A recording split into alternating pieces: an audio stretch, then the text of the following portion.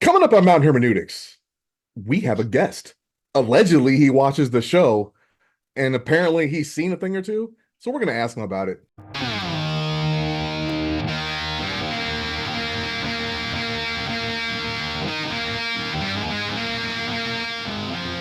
You're listening to Mount Hermeneutics, where three Marines give their perspective on God, faith, and spirituality with a heavy lean on the divine council worldview. This is not your grandma's Sunday school, nor is it always for the Christian faint of heart. Nothing about who we are or what we say make us experts. But you better believe we'll have a take, and perhaps it won't suck. You gotta cut that part. That's Why? We're gonna get canceled. It's just that I don't want to be like Kanye or trying to grow our podcast, man. It's the opposite of what we want to do. I think this is going to be a short show, so this whole thing. But then This- again, we never have a short show. This show tonight. Yeah. We've Oh, never had a short show. I got stuff to say, man. Okay. Okay. Well, then strike that. We will just be here all night. So I think just a reminder, the show is free and available on all podcast platforms, including YouTube, simply by searching for Mount Hermeneutics. So please subscribe and share the show with everybody you know. And if you're watching it right now, share it, ring the bell. I don't know, do whatever the things that you do. If it's your first time watching, I am Andre. That is Matt and Brian. And our guest is Allen. Who are you and what do you do? Hello, Allen, as you said. I am linked into this fine trio by Brian. We were in the Marine Corps together in Hawaii, and we had a lot of good times, a lot of interesting conversations. I know if you remember at Zippy's, some of the conversations we had in the parking lot. Hippies.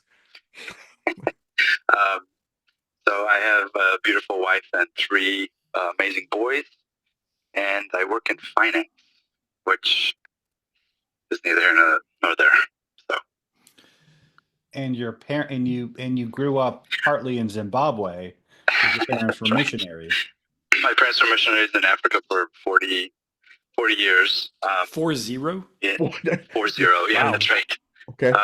I didn't know it was yeah. that long. I just thought it was like a stint, but 40 years, Yeah. that's So your parents are African. Right? They're more Essentially. African than a lot of Africans are. Like you're Yeah. like you're blacker Yeah, than me. So, wait, so you know Brian this long, Allen. Why is Brian gay? Why are you gay? what are you kidding? Was that in Zimbabwe? I don't know. They were African. I don't know what country they were from. I mean, I don't think so.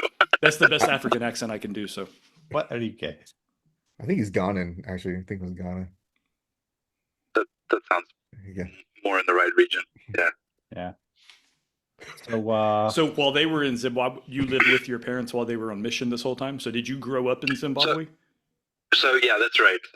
They started in Zambia in 1969. So they lived there for 10 years. I born in 75, I think almost around the time for you guys, same time. And so I spent my very early years in Zambia, and then when I was school age, we moved to Zimbabwe, and I grew up went to junior school, high school, in Bulawayo. So in all Catholic schools, which was appropriate at the time, and made a lot of good friends there that I keep in touch with on Facebook and the other socials a little bit. But their main work was church planting and leadership training, and a lot of that came across local, I guess, more animistic tribal religions, and then that interaction sort of naturally leads into spiritism and possession and those kinds of things, which dovetails nicely, I think, with a lot of stuff that Heiser teaches, and spiritual cosmology how all those things work together. So I don't know if Brian remembers, and I think I've told you this, that some of your comments, I was struggling with how it all fits together from what I knew, what I grew up with, what I experienced, what I saw people being prayed for and manifesting, possession and being controlled or speaking very bizarrely and all the things that you might anticipate in that kind of an encounter. And, I'm a kid at this, and so I'm just remembering and watching, but I remember hearing my dad explain a lot of that stuff. So, hey, Alan, let me cut you off. I got a couple of questions as you're going. First of all, fascinating. Yeah. You've mentioned, when you mentioned we'll call it demon possession for lack of a more sophisticated term, you make it sound as if it was common or often. So this was more than once?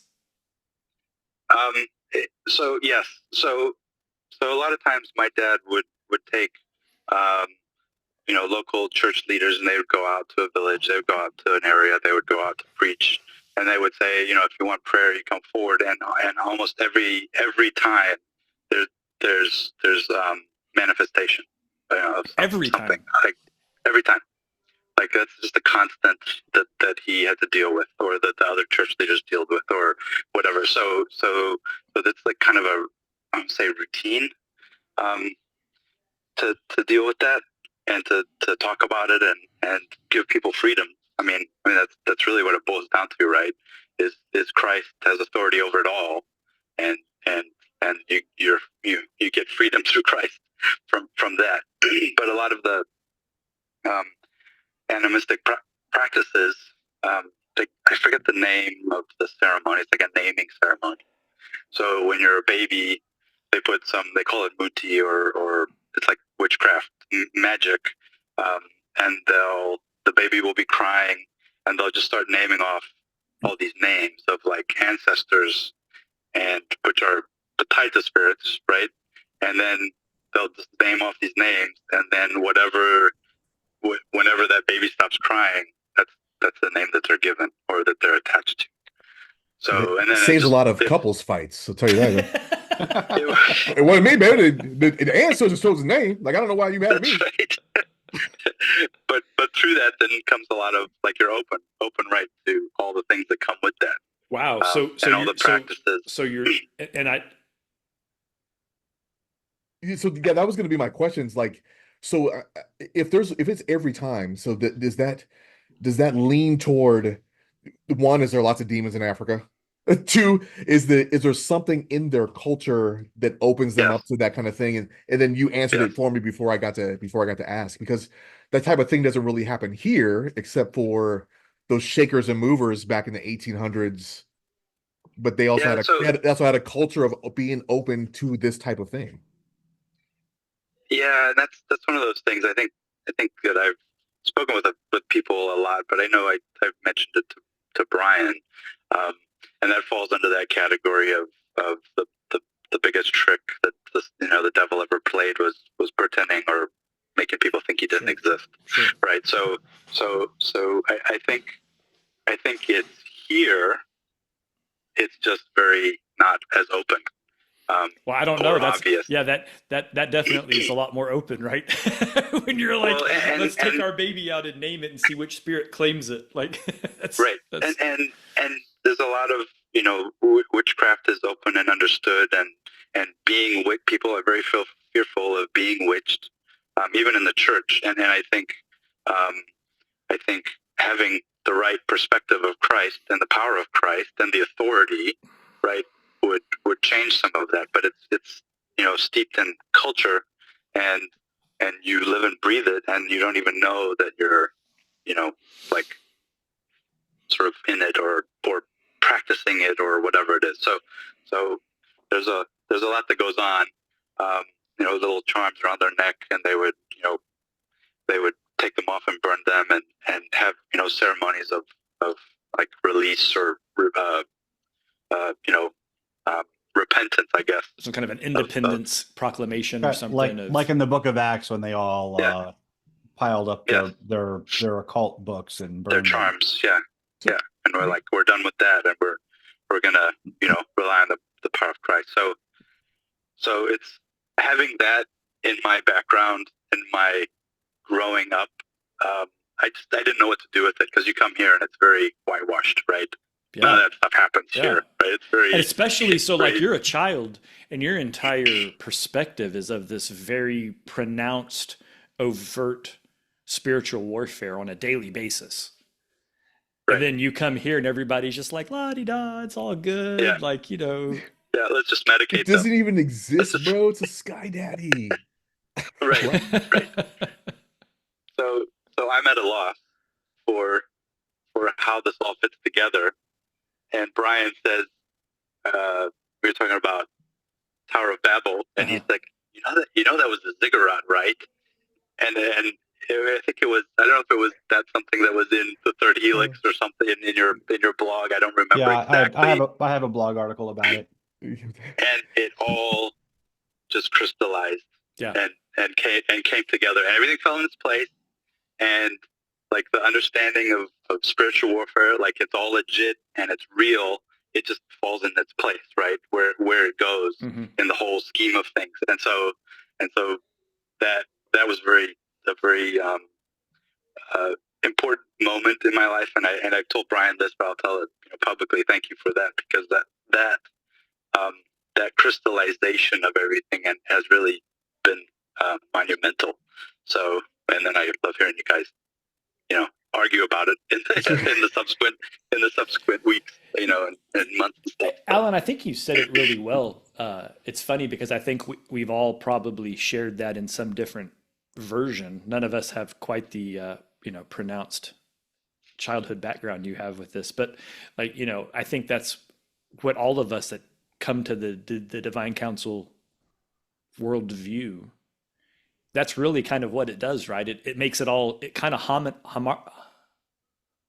harmonizes. I almost said homogenize, but that's not true. It harmonizes a lot of the kind of the fringe components of the world and world religion, right? And it actually makes it all make sense in the same model, which then aligns it under the model. And I think that's an interesting.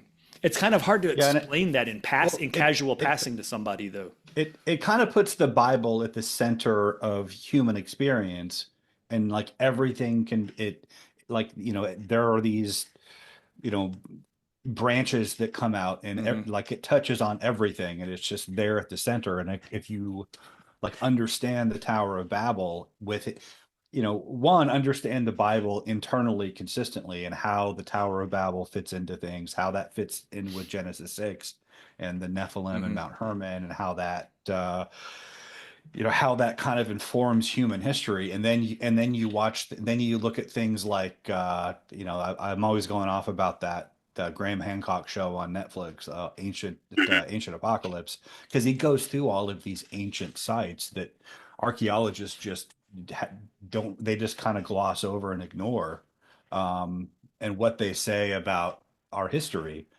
That all kind of comes together, once you understand the Bible properly with the Divine Council worldview as the background. Like it just, all of human history kind of coheres, and at the nucleus you have the Bible that explains it all. And it's and it's even like I find myself in I got into a polite political conversation with the girl cutting my hair a few weeks ago, and Brian was only polite because she had edged weapons up against his vital parts. And he's like, a long time ago I used the ziggurat line on my friend Allen. I wonder if it still works. There was a ziggurat, right? And she's like, I don't. Yeah, I didn't. I don't usually lead with that. Hey, did you know the Tower of Babel was a ziggurat? And then people are like, oh, okay. That completely makes sense now. Dude. It makes sense. We should have sex. That wasn't really on top of the ziggurat. That's gods. Really not what I was going for in the crowded barbershop. nor would I have been doing that if it was a slow day. Anyway, what was I talking about? Using You're talking politics. talking to you were having a polite political conversation with your hairdresser. And then it just went off the rails. What I do. My hairdresser. Sure. Is that what I don't think men have hairdressers. It's the broad term. Is Yeah, it not? barbers. Well, barber, but to be honest, barber is a very specific type of hairdresser. Yeah, it's a separate school for sure. Mm-hmm. Okay. Well, They're more barbers are like the only ones that know how to use razors, and they tend to use more clippers than scissors. Yeah. Okay. It's in California. It's a whole different certification. So once you go to the beauty school, do your thing, and you can't be a barber until you complete the barber school. As long as they have that warm lather that they put on the back of your neck. So speaking of, why barbers have the little twist? You know why barbers have the little twisty red turny thing out in front of the barbershop? So we know there's a quartet in there that's going to sing something cool. In ye olden times, they were the only ones that were certified to use leeches to bleed people to make them better, and so they were a branch of medicine. And that's what that little red thingy. I feel like Jamie. Look, I feel like Joe Rogan. Look that up, Jamie. Is that right? So I saw an episode of Outlander yesterday, and she came and some lady was having a baby on the ship, and she wasn't feeling very well. And Claire, who's from the future, she's like, "Aren't you gonna bleed me?" She's like, "What? No, I'm just gonna give you this herb. Yeah, your baby's gonna be fine." But barbers are authorized to bleed people. Change your socks. My point in that was that Alan's like, it's really this disconnected live. This is actually what the show's like. So as I was saying, well, yeah, my point was that like kind of everything comes down to spiritual warfare. Like all of history should be understood that way. Right up to the present moment. I mean, we had an episode where we talked about how the sexual revolution that undergirds much of LGBTQ 2SI plus ideology came from Alfred Kinsey, who with his friend Kenneth Anger, were devotees of Aleister Crowley, who got his form of magic from John Dee, who was basically practicing angel magic. And it was essentially the same thing that you read about in Genesis 6 and the Book of Enoch, and that they were doing in the ancient Near East with the ziggurats. And things have been rebranded and kind of framed differently today, but it's the same stuff going on, as I think Alan's experience in childhood in Zimbabwe somewhat demonstrates. Yeah. So Alan, I got to ask, I got lots of questions. Broadly, I guess not broadly, specifically, what was the wildest version of a demonic possession that you ever experienced? Not demon in you, but like that you were, like, I'm sure you were around some of this, right? Like, so yeah, we were in Zambia. I remember very specifically because it was, well, it was sort of a seminal memory of like a core memory for sure. Yeah. Right. Yeah. Yeah. We were in Zambia. I think I was about 12 or so. And I'd gone with my dad on the trip, and my friend was there, and it was a bigger group had gone, and we had stayed for the week, and in the village, and they had a prayer time, and I was just hanging out with my friend, by the car tent, whatever, where our stuff was, but they were off, 50 yards away having a big prayer thing, and this lady had manifested, and what was coming out of her voice was not a lady voice, as they was talking, and they were asking questions, or they were trying to, struggling with it, and it was extremely like sort of eye-opening. Like, I don't want to be over there. I don't want to, like, even like look and like peek at what's happening. Just freaks you out, kind of a thing. But that for me was sort of that the big memory that sort of sticks of there's more going on here than just people who are sick or like maybe not really a hot take, but the whole multiple personality thing, I think is falls into some of that, not entirely, obviously, right? But it was very interesting and very scary for me as a kid. Yeah, I bet. So, yeah. We don't have any idea in the West what the underlying mechanism is for schizophrenia. Schizophrenia is just a label that we've come up with to apply to a certain set of symptoms. Those symptoms happen to be consistent with how demonic possession has always been described. But because we have a different model by which to understand these things, we just call it a different name. And you're blending MPD with schizophrenia, right? And multiple. Well, yeah. It's another example. But schizophrenia is high level dissociation and like that whole lack of. Like it's a different thing. We've kind of conflated those two. I was not speaking as if they were the same thing. Okay. It's just another example of what he's talking about, though, is we think of human behavior and diseases of the mind in terms of a biomedical scientific method. Right. Well, in terms of a biomedical paradigm. It's actually not the scientific method in terms of schizophrenia. Like there hasn't been like an underlying testable hypothesis that is borne out to prove what's causing it. That is, and this is what causes it. Right. This is how you address it. Yeah. It's just presupposed that it falls under this paradigm of psychology and psychiatry. And so we designate that a mental illness, and we exclude demonic possession as a possibility because it doesn't fit within that paradigm. Right. And so you're not allowed to have a spiritual answer. Which is why that movie was so cool. What movie? Split. Well, I was thinking of the recent one, Nefarious. Nefarious. Yeah, but Split. I mean, Alan, that's another. I mean, you watch that movie, and the way the penultimate character manifests, you're kind of hard pressed to not call that, to not let that lean towards demonic possession more so than just, a personality, because his physicality changes, right? He's able to do things that he wouldn't have been able to do normally. You guys have all seen Split, right? Yeah, with James McAvoy. Speaking of, I just watched Speak No Evil. Oh yeah, the other night, yeah.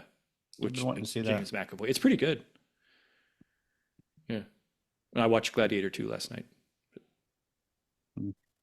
All right. And I think it was to Gladiator what Maverick was to Top Gun. So that's good, right? Pretty high praise. Because Gladiator is one of those movies that you stop and watch. And you guys know, the world doesn't know, Gladiator is my favorite movie of that era. Like when everybody else says like, Tombstone was the best and Braveheart, I'm a Gladiator guy. So that's the bar that I'm coming at this with. But yeah, it treated the original the same way that Maverick did. Almost to the point that it was gratuitous. There was so much nodding to the original source material. Member berries. It was really good. It was really good. I really enjoyed it. Oh, okay. In a way that I didn't think I would. But anyway. Because I have had zero interest in seeing that. I was that way because I was worried it wasn't going to be good.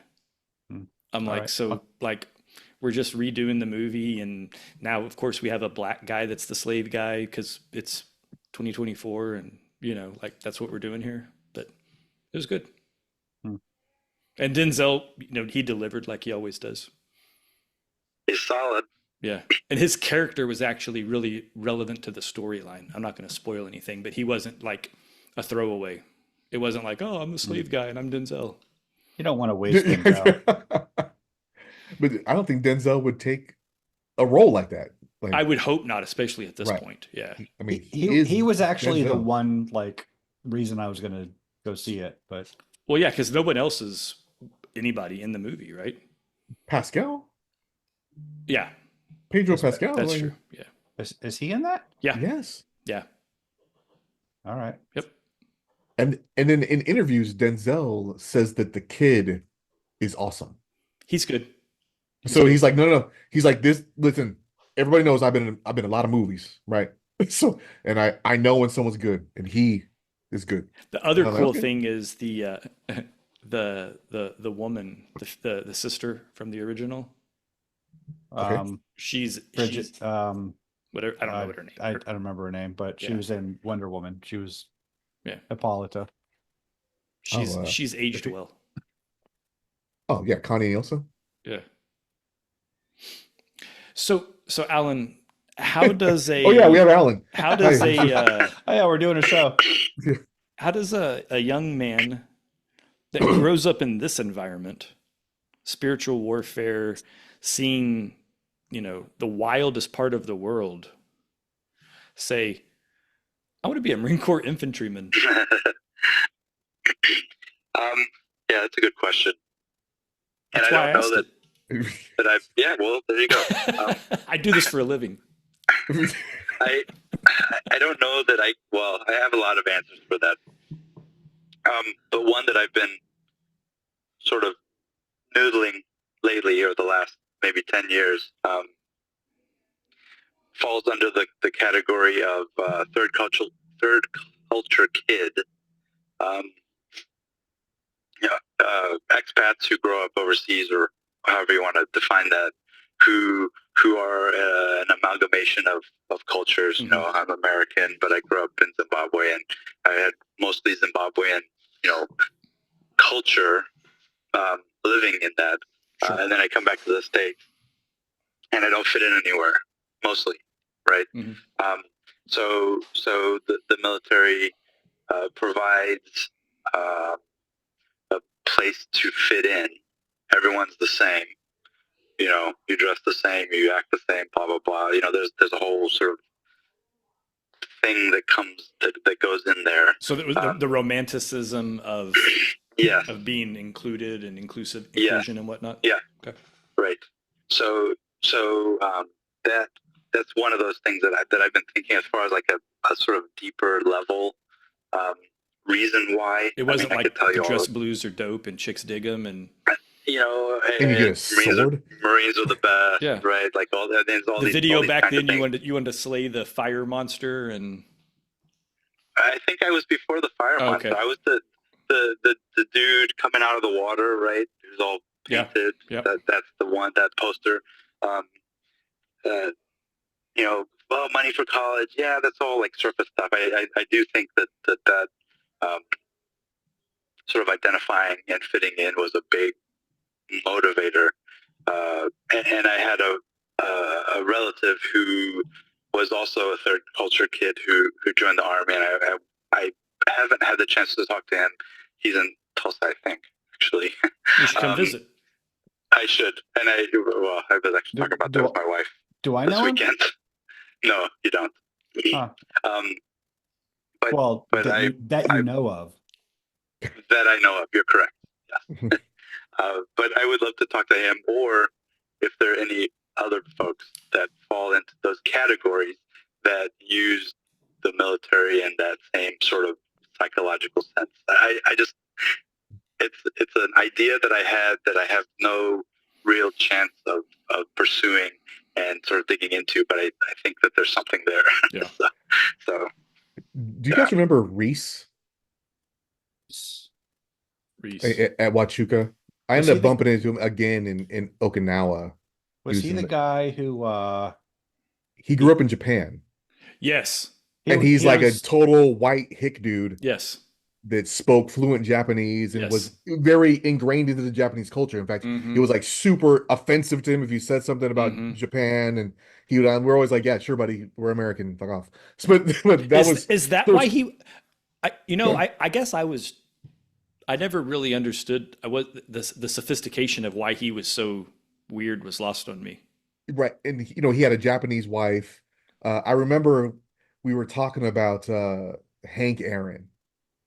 and how, there's a couple of guys coming up that might have a shot at Hank Aaron, Mark McGuire, and then he's like, Hank Aaron's not even the home run leader. They're like, Sadaharu O, hello. exactly. Sadaharu O has more home runs, and we're like, MPB is not.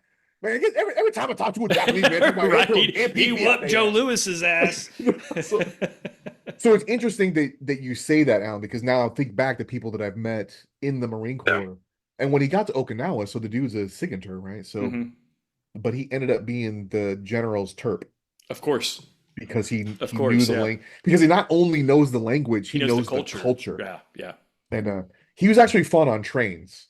Because we'd sit on a train and he's got his Wranglers and his big chaw in, and then some Japanese are talking shit, and then he like just understood talks all back of to it. him. It was like, and then he leans over and, hey, they're talking shit. I'm like, what? And then so then like he says something back to them and they get super embarrassed and we stand up and they're like, okay. So apparently nice. Everyone in Okinawa doesn't know Miyagi-Do karate. So I thought that they did because I was intimidated when I was over there. Apparently you're like, I don't know the drum technique, like we can't get down. And Miyagi-Do. And my neighbor, his name was Mr. Miyagi, downstairs from me, and he gave me sashimi meat. So yeah. Reese, third culture kid. Interesting. As you guys describe him, he sounds like a G.I. Joe character. He didn't look like a G.I. Joe character. He looked like a very skinny version of was G.I. Joe. Was he the guy? He might have weighed 135 pounds. I don't think he weighed that much. He was a little dude. He was the guy who made like a really big deal out of his caffeine addiction that one day. I think so. He was my sponsor on Okinawa. So I showed up. He picked me up from the airport, took me to all these places. I just want to make sure I'm picturing the right guy. Yeah. Because I didn't see him again after school. So I just remember that time he made like a big deal out of his caffeine addiction. And he was in and out because he was really good at code. Oh yeah, he was a smart dude for sure. Yeah. He like banged it out and was gone. Yep. As I was there code retarded. Apes together strong.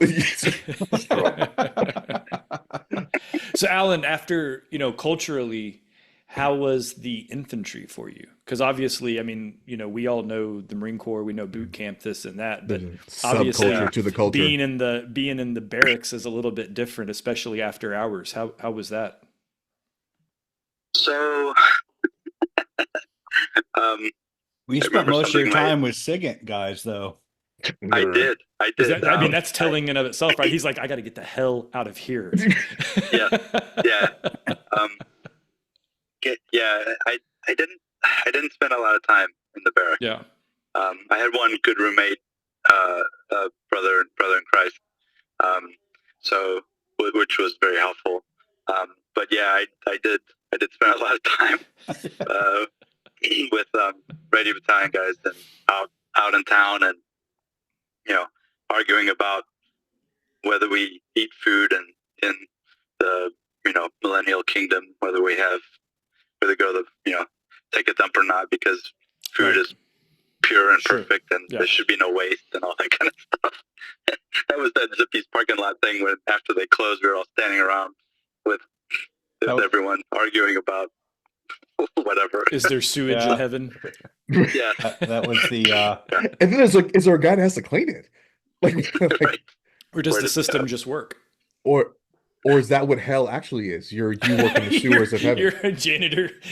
You're a janitor for God's people. You're the Mike Rowe of hell, down there doing dirty jobs. Bullshit! I should have sinned less. Yeah, that was a pretty regular thing for us.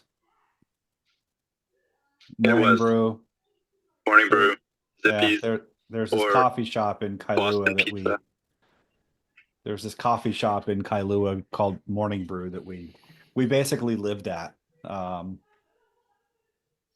So yeah, Stacy would drink one cup of coffee for 4 hours, microwave it 3 or 4 times, get it hot again. He'd milk that sucker. Really weird, right? Yeah. The random memories that you have. Yeah. So, well, go ahead, Matt. Oh, I could ask questions all day long. Like these are like softball questions. So, Alan, you get out of the Marine Corps. So you only did 4 years, I assume. That was I did. that Yeah. was that was enough for Yep. you, and you felt That like was enough. that was enough of the assimilation, and you're like, okay, I can go do this on my own from now on. I can. Yeah. I am now a real American. That's right. Yeah, I fit in. yeah. Well, at least you've got bragging rights now, right? You're like, hey, Yes. I might Yeah. not have grew up here, but have you been earned back your to, have you citizenship. been back to Africa? So yes, I have actually. I went back last spring. Was that the first with my time? mom. No, I went back with my wife. Um, After our first year of marriage, we went back for an extended period of time, which was very good to visit with my folks when they were still in Zimbabwe. So we got to see. I got to take her around, show her all the Yeah. places that I grew up and Sure. experienced. That had to be kind of wild, huh? Is she an American? She is Romanian, Of course who she is. is essentially American now. Yes. Well, the cool thing is, by you telling me she's Romanian, I don't ask my next question. So,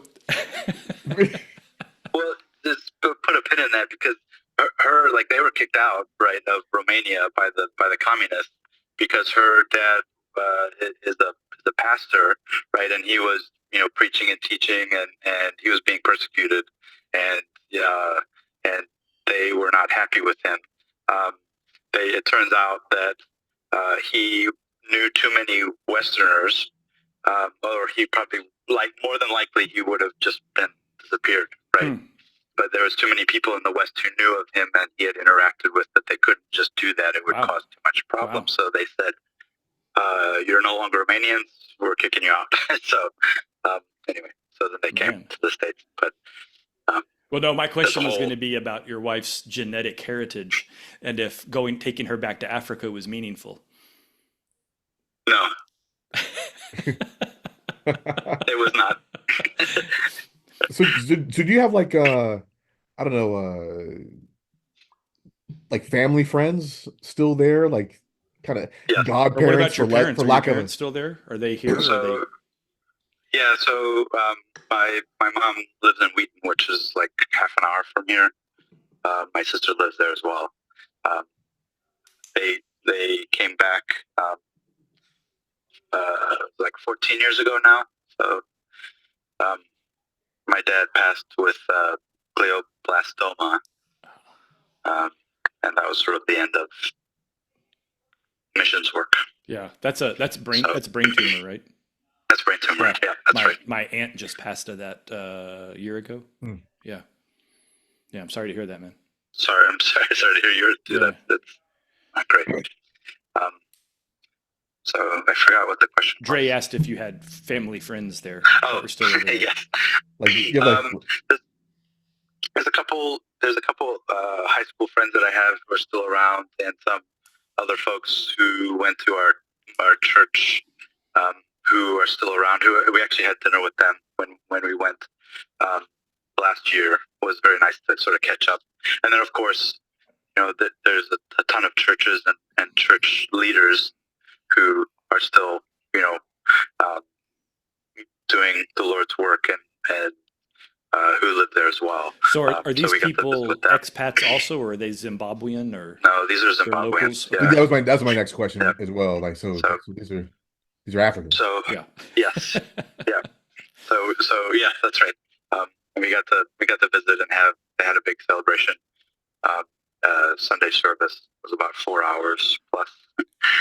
That was good to visit and to worship together. Yeah. That's got to be so- strange so- to I mean, because the culturally, I've been other countries, not in the military, but for work. I've been to India, I've been to South Africa. Culturally, for me, it was such a big change to go over and be dropped into this other country and kind of navigate for a week at a time kind of deal. But to grow up there, I mean, outside of the overt demonic attack, do you miss the culture and the differences of of being there, or do you really? I don't want it to sound like this isn't a MAGA question, but I mean, is America obviously it's different, and I'm not trying to get you to go America's better. Screw Africa, but I'm sure there's a lot of it that you miss. Like, how do you reconcile that, or what do you? Other than the demon infestations, Right. how was it? Aside from that, I mean, because well, we're just fooling ourselves that there's none of that here, right? I said overt. Yes. Yeah, I know. There's a lot of things there that is very positive. Just culturally, and pace of life is different. The people are so friendly and kind and helpful, and are a joy to be around. But then things work here, right? Right. So we had, just in this recent visit, friends of ours had, they didn't have power for 12 hours. So there's a lot of solar and there's a lot of battery power stuff that's in place. But the street lights don't work and the stoplights don't work, and there was cholera detected in the city water. So there's things that are not ideal, but the people in the culture make it such a pleasure to be around. What's the food enjoy. like? Mostly Western food. Oh, really? That you can get. Yeah, like it's not it's not like Ethiopian food, or there's not that much of a uniqueness to it. No, it's because it was a British okay. colony. What's the word? Colony. Yeah. Right. At one point, I did not know that. So they drive on the left. They do. Yep. Most of Africa was colonized by somebody, some European power or another. Some European power. The right. Dutch. Well, the Dutch in South Africa for sure. Yeah. South Africa. Yeah. But also the English in South Africa. I mean, that was the whole Boer War. The Boer Wars. Yeah. I found out about that in French. South Africa while I was on a hunting trip. Hell of a time to find that out. I'm with these South Africans, and I'm with two Australian former SAS guys. And they're talking about it. And I'm like, the hell are y'all talking about? And they're like, you never heard of the Boer Wars? And I'm like, and so I'm like looking it up on my phone while they're talking. And I'm like, wait, the Australians were part of this. The Australians were over here fighting the Africans. And I'm like, is there going to be a problem in here? So how would you, Alan, compare and contrast the, I guess the Christianity, their understanding of God and Christ and the church, as opposed to ours here? That question is deliberately abstract and broad because I want it to be. I don't want to ask leading questions or assume too much in my question. But like, what's your impression of the differences or similarities, or is there anything to comment on at all? Well, I think outside of the demon possession. but that provides its own. Yeah. That provides its own clarity, right? That sort of distills like what you're fighting against in a way, the unseen kind of thing. But here, definitely, you have sort of, I don't know, commercialism isn't quite the right word, but it kind of is. You have mega pastors and a health and wealth type thing, which is kind of growing over there because it can be so poor, right? That sounds very great to people who want more, but I think that's not quite as prevalent, right? And sort of I don't know if you want to call it church hopping or church shopping, because they don't tell you quite what you want to hear or that kind of a thing.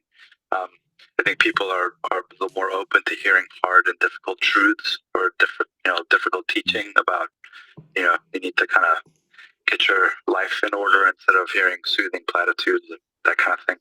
So, but I also think that that's a human condition, and the soothing tongue likes to draw people in, right? People get sort of sucked into that. So that's not unique to the States. Yeah, the path to destruction is broad everywhere, and the road to life is narrow everywhere. Yeah.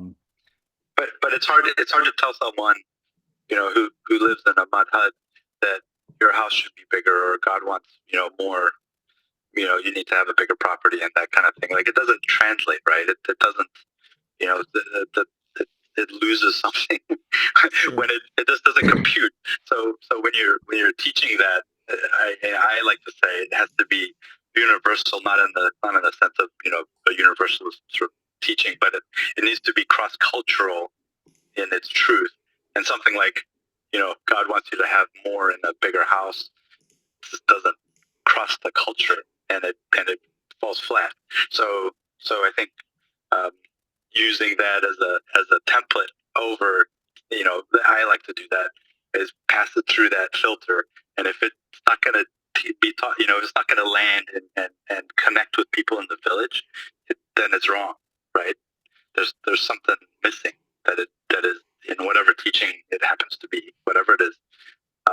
It needs to land here and hit people's hearts here, and it needs to work in the village, right? There has to be a truth to that.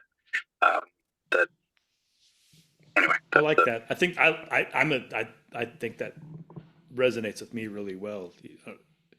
Yeah, I think that's For interesting. instruction to make sense, it has to Right. land. It Right. doesn't matter how clinically accurate it is, right? If And the that- subject that you're trying to teach can't grasp what you're teaching them, you're just yelling, right? that- You're screaming into a hurricane. I think there's a Well, correlation there with how you said the culture is kind, even though they're poor. And I find that a lot in a lot of the places of my travels where people just don't have much, because you have to find joy in things that are real and not superficial.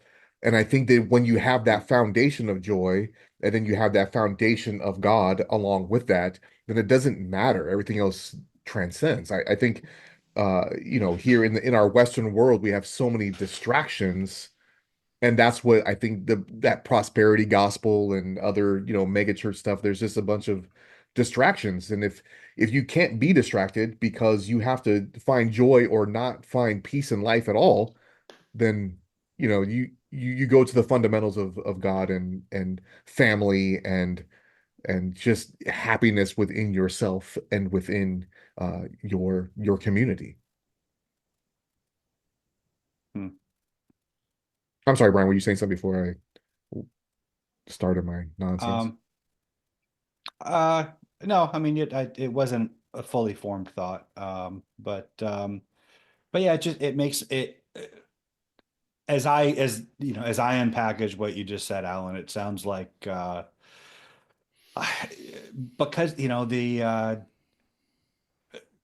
the Christianity is a marketplace. It's a religion is a marketplace, and it, like any marketplace, it's shaped by consumer demand. If consumers want a certain, variety of something, suppliers will provide that, and the people who provide what's being demanded by consumers are the ones who are going to rise to the top and enjoy the most market share. So, churches that tell people what they want to hear, who answer the questions that they bring with them to the church, those are the ones that are going to thrive. Just kind of,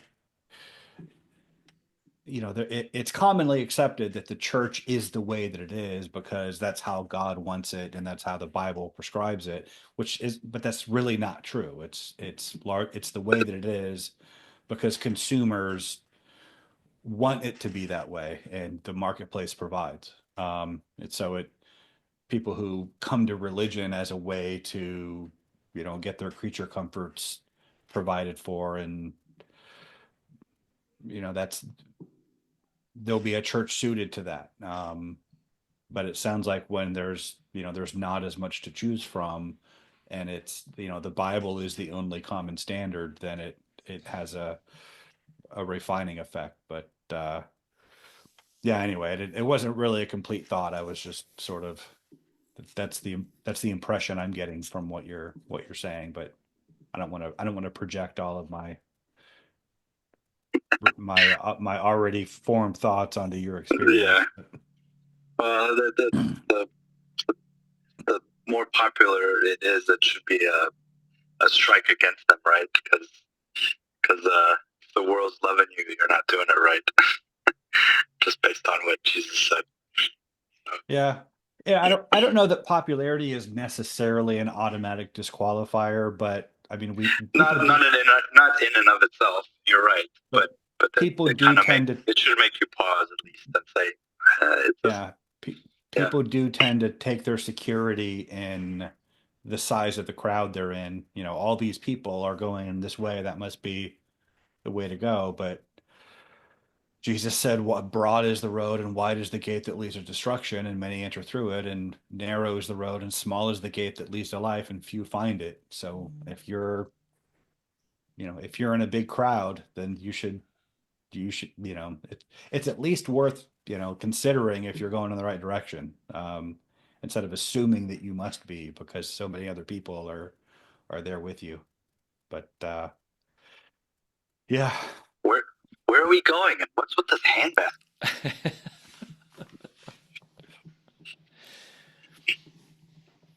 So,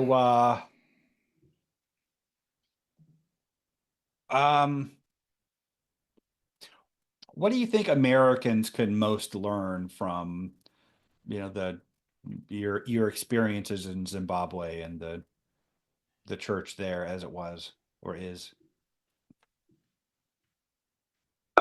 Yeah, I don't know that I can answer that.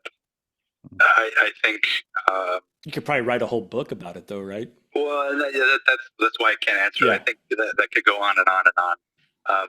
I do think the sort of commercialism, or that sort of overlays a lot of U.S. thought processes and attitudes and sort of the way that you think about church. Like you said, does it meet my creature comforts? Does it suit my needs? As opposed to I need to be lifted up with brothers in the word, kind of a thing. And here's maybe some challenging teachings that spur me on to being better, as opposed to just soothing my ears. But I think we've already kind of talked about that idea. All right. Well, what are we not asking you that we should? What were you dying to come on here and say after listening to us for the last however many episodes? How cool it is to hang out with you guys. Oh. You can come back. Right. Ma, can we keep him? There's quite a few times where you guys have just been, shooting the breeze and talking Marine Corps life or whatever it is, just because you guys have known each other for a long time. But that was, that those memories are are interesting and they resonate with me. So it was fun. It's always fun for me to hear you guys talk about that stuff, and even reminisce with Brian about some of those Marine Corps base Hawaii experiences. Yeah, well, those are some of the best years of my life. Yeah, they're very good. So I think the other thing that I wanted to say, and this goes back to what we started with. Like my dad did his dissertation on the spiritual lives of the Lozi people, not the Lozi, the Tonga people in Zambia, and I read through his dissertation, and I did that recently, and I'm very sort of upset that I didn't do it sooner because it dovetailed so well with Heiser and sort of that whole worldview that I think if he was still around, we would be having long discussions about that and how it all fits together, and we'd be reading all the books, and then I would be throwing stuff at Brian and say, hey, what about this? And hey, what do you think about that? And then you would say, I don't understand your question. Oh, so we're not the only ones. That's what. Yeah. So it just boils down to me not asking good questions. But anyway, I think the what Brian said earlier about having that proper understanding and having that right sort of viewpoint on things that isn't devoid of supernaturalism, right? Because that seems to be the most pervasive thing is like you think in very sort of literal, concrete, real world, tangible things, and you strip out the supernatural, and then it becomes sort of mundane. And I think that's one of the things that was so exciting for me as I was going, reading through like Brian's blog and starting with some of the things that he's the one who pointed me to Heiser. Actually, I don't know if you remember that conversation, Brian. I do. You're like, just go read Heiser. It's fine. It answers everything. Just go read it. It answers everything, and he's 100% correct. No, I know you. I know you don't believe that. I'm teasing. I think I did recommend him pretty hard, though. You did, and you also recommended that. I think it's Bauckham, that other guy. Richard Bauckham. Yeah, through his. That was a very interesting read. Jesus and the Eyewitnesses. Yes, yeah. So there's more of those things that I need to get stuck into, but that was a good one as well. Every Christian needs to read Richard Bauckham's Jesus and the Eyewitnesses. Yeah. You hear that? All of you. Seriously, all of you. Like it will get with it. Michael Heiser's The Unseen Realm and Reversing Herman, John Walton's The Lost World series. Start with The Lost World of Adam and Eve, The Lost World of Genesis 1, and The Lost World of the Flood, and then read Richard Bauckham's Jesus and the Eyewitnesses, and you'll be a fully trained Jedi Knight. I've only got a couple left. Yeah, you're almost there. You're almost there, man. Oh man. But are you a knight? Do you get to be on the council, or are you a master? Just a knight, dude. You're just a knight. You're not a master. I mean, then I'm getting married, and I'm gonna have demon children. And well, that escalated quickly. What? Where did that come from? I have no idea. What? That's what you heard, or what I just said? Or if I can't be a master, then then I'm just children though. They're the. I guess they're the chosen. They're the kids that come save the. They're the chosen ones after the chosen one because he wasn't so chosen. Or do they? Spoiler alert, everybody. Luke Skywalker. Perhaps you've heard of him. Maybe. Or Paul Muad'Dib Atreides. Oh, here Brian, we go. have you started? Have you been watching the new Dune series? The Dune Prophecy. I watched the first episode. And that tells you enough. I mean, did you see that face? I know. Is it because it's a bunch of chicks or what?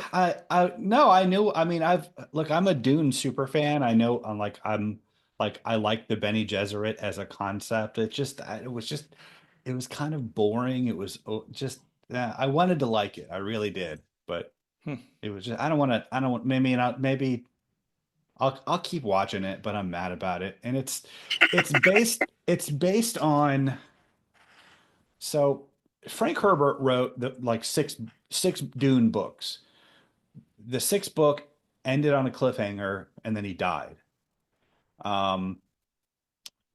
Many years later, his son, Brian Herbert, according to the lore that he's put out there, has discovered a safe deposit box. Of course he did. With the notes to Dune 7 in it. Yeah.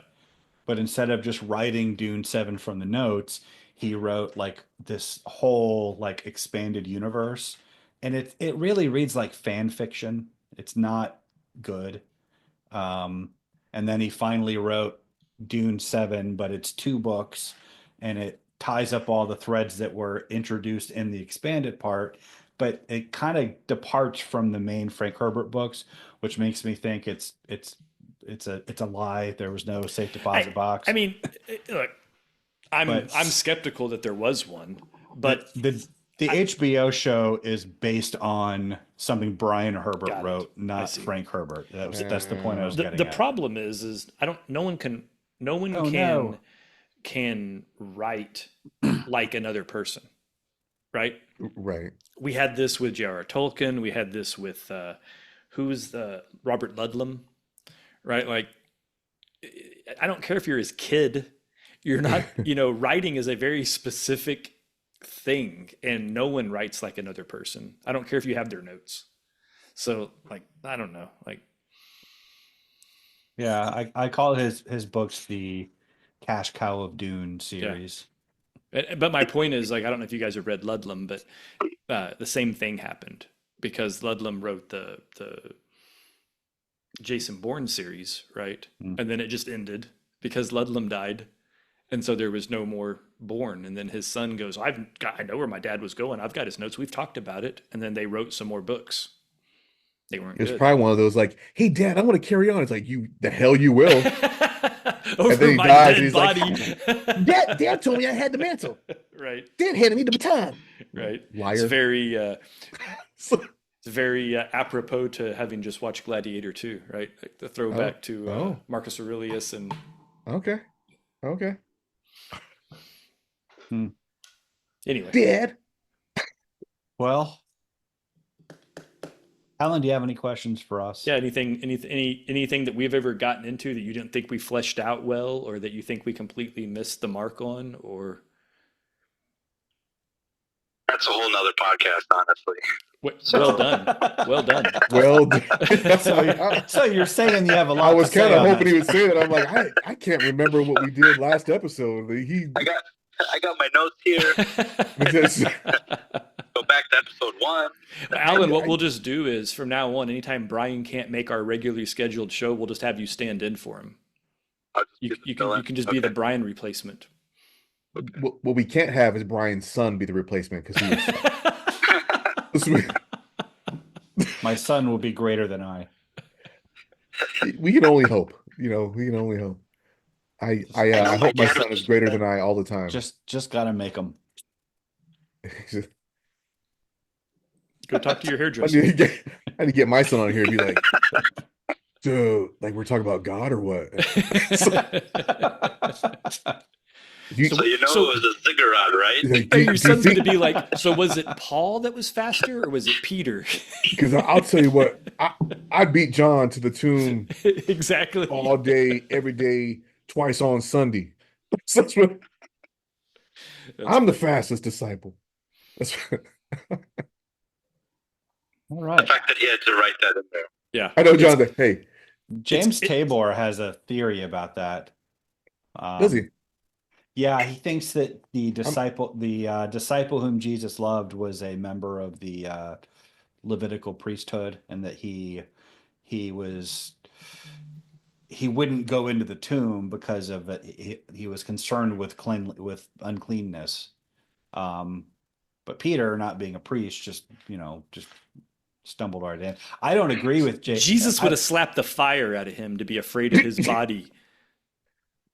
I don't agree with James Tabor about much, by the way. So I don't say that as if it's an interesting theory. endorsing it. I like James Tabor. He entertains me. I think his ideas make for interesting discussion. I think so. To shoot down his ideas. Okay. But yeah. So maybe we have a why is James Tabor wrong episode. Well, I mean, Maybe. I quickly Googled the verse because I'm not that guy. But I mean, which is worse, the talking about who beat who in the foot race, or Numbers 12:3, where Moses makes a big production that he was a very humble man? Yeah, I don't think Moses wrote the Torah. I was gonna say, wasn't that after the fact? We should get into that. Boy. We We should get into that. can get into that. So, Alan might be the first return guest, huh? Right? Well, you'll have to look at the numbers and let me know, right? Yeah. See how our metrics play out. Yeah, right. We're gonna go look at our data, and Alan's like, our show spikes got up, and it's like, flooded with comments that Uh-oh. they hated you. He's You gotta come back. no, the He's trick's a- gonna be is our numbers are gonna go up. Then we got to slowly take each of us out of the show to figure out who he needs to Yeah. replace. And it's like, shit. Sorry, guys. I guess I'm gone. I'm probably gonna get fired. I was at the Marine Corps ball last Monday Yeah. and smoking a cigar with one James Bundy. Oh, I know yeah. you're I saw his ball pictures with his wife, girlfriend, whatever. Yes. That's So funny. his wife, and he was just talking about, Brian's growing on, and then Matt, like, what a dick, right? Like, but like Delaney's gassing him up about what a dick Matt is. I bet. So it's like, I bet. like, yeah. You're probably sitting back here like, damn, Matt's catching all kind of strays. I know, he was just the motherfucker ain't even here. He's getting like, murdered. And then Delaney's like, the show should be called Two Narcissists and a Nice Guy. I'm like, what? Brian, by the way, she doesn't think you're a narcissist. Just to who she's talking just so about. You know. I'm trying to decide if I'm flattered or offended. I don't want to be that's what she came up with to describe me. Well, compared to us, she could probably do worse. I mean, reject it, test her. Yeah. She's fond of Brian. Thank you, Delaney. And always has been. She doesn't watch the show, so it doesn't matter. You can say whatever. she's like, none of my family watches the show except my mother. Like, my brother's like, I try to catch up. So Bundy actually, he recommend. He's like, I haven't watched the last 3 or 4 episodes. I was like, what's up with that, man? Those are our best episodes ever. And he said, well, it's because on my commute, the episode will end and I have to wait a week for the next one. Mm-hmm. And then I get mad. Oh, so he waits till they stack up. So he stacks, and then he binges them. So he treats us like Netflix, right? Like, or whatever, wait. Paramount Plus. He treats us like Netflix. Plus. He turns us on, and then him and his wife, they... Hey! Hey, if that's the case, Bundy, do better. I don't think we're that kind of show. Now people are gonna tune in though. That's what's really good about that. Y'all want to mount hermeneutics and chill, right? Wait, why do they say y'all? Because you're from Oklahoma. Yeah, but that implies. Never mind. And then we have a group thing. That implies a group thing. Yeah. It implies spiritual warfare. That's what that implies. That's what it does. That's absolutely what I meant. What are we talking about? We're a religious show. Welcome to our show, Alan. Surprise! I thought, hopefully you're a spiritual guy because we just, we're trying our best to yank that out of you. Or I am, anyway. So it's like oh, man. Well, Alan, thanks for being on the show, man. And for sure. Genuinely appreciate the feedback you give us. Unlike many of our other listeners, Alan actually provides feedback. Can I give you some live feedback? Yeah. Just to answer your question. Absolutely. Because the last couple of episodes was eschatology. Mm-hmm. And I think I actually said this. Maybe I did. I don't remember. That I think with all the systems and all the suppositions that people have about what it will be, that I think it's purposely obfuscated to be unclear, right? Because supernatural evil is reading it all themselves and you did say that trying to figure out. I did see that comment. Trying to figure it out and trying to game plan the whole thing, right? So I think you get hints and you get the seasonal sort of things that we can know the time, the season, right? But we're not going to know specifics. But I think that's an interesting take. And I mean, I think there's definitely some. That's scriptural. It's a pretty sound concept, right? It's like why would God spell out in perfect detail how this is going to go down? Because then they would be able to better defend against it, and not under the expectation or belief that they could ultimately, but to the point that we've talked about, they could further prolong and make more difficult what it is that needs to happen to bring that about. And I think that's a fair point. Right. And by the way, that's very Heiser of you, Alan. Well done. Well, it resonates with me, right? In 1 Peter 1, 10, concerning this salvation, the prophets who spoke of the grace that was to come to you searched intently and with the greatest care, trying to find out the time and circumstances to which the Spirit of Christ in them was pointing when he predicted the sufferings of the Messiah and the glories that would follow. It was revealed to them that they were not serving themselves, but you, when they spoke of the things that have now been told you by those who have preached the gospel to you by the Holy Spirit sent from heaven. Even angels long to look into these things.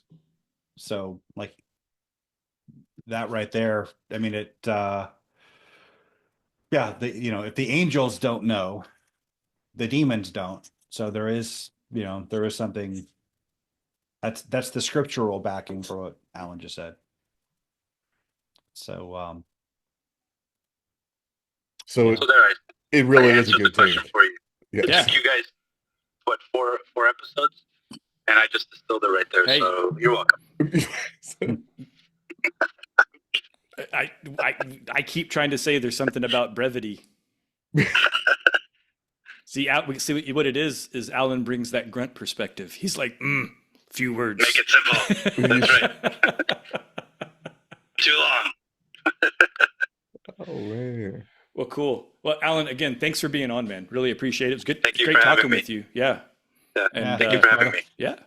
Yeah. We should definitely You guys figure are out great. how and when to do this again. Maybe a specific topic. If you're interested in, we can talk offline and figure out, when and where or whatever. But Sure. yeah. And if you ever make your way to Tulsa to come visit Brian, let me know. I'm hour and 30 minutes, hour and 45 away. Yeah, that's been on my mind. So maybe that would be a fun thing to do. So Yeah. And Tulsa's not that big. Just ask Dwight Man Freddy. So if you're watching this and you liked it, maybe you have some things to say, and maybe you want to be the guest on Mount Hermeneutics, and maybe if you compile enough questions or comments or smacking fire into us, then maybe you could become a guest on this mega hit popular show, Mount Hermeneutics. So if we don't have anything else with that, I will say stay curious, stay enlightened, and God bless. We'll see you next week. Oh, no. Happy Thanksgiving, everybody. This is just before Thanksgiving. This will probably come out after, but happy Thanksgiving to everybody. Have a happy Thanksgiving. or A very we uniquely hope- we hope American you holiday, did. and I like that. It makes it good. And it's also not a America. bastardized Christian holiday that's lost its meaning. Your mom has pagan origins.